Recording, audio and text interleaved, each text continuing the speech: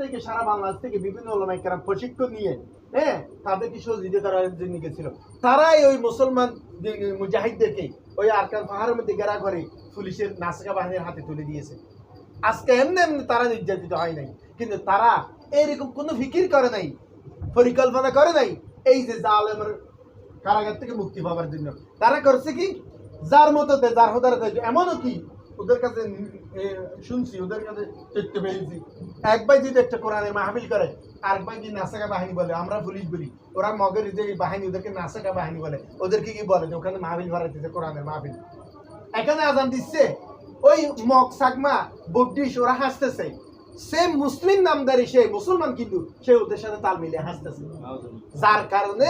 আজকে তাদের এই দুর্দশা। আমরা যদি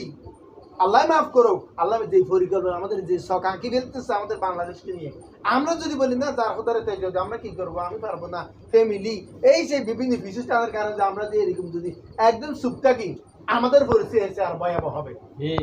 আমাদের পাশে আশেপাশে কোনো মুসলিম কান্ট্রি নেই, মায়ানমার থেকে তারা নাম নদী ভাড়াই বাংলাদেশের মধ্যে জায়গা করে দিয়েছে, হাজার লক্ষ লক্ষ মানুষ জায়গা পাইছে, বাংলাদেশের চতুর্দিকে দুশ্মন, তিন দিকে ভারত যেটা আমাদের জানের দুশ্মন, আরেকদিকে মায়ানমার, আরেকদিকে আছে শুধু বঙ্গোপসাগর, এছাড়া আমাদের কোনো আর প্রিয় জায়গা নেই। সেই জন্য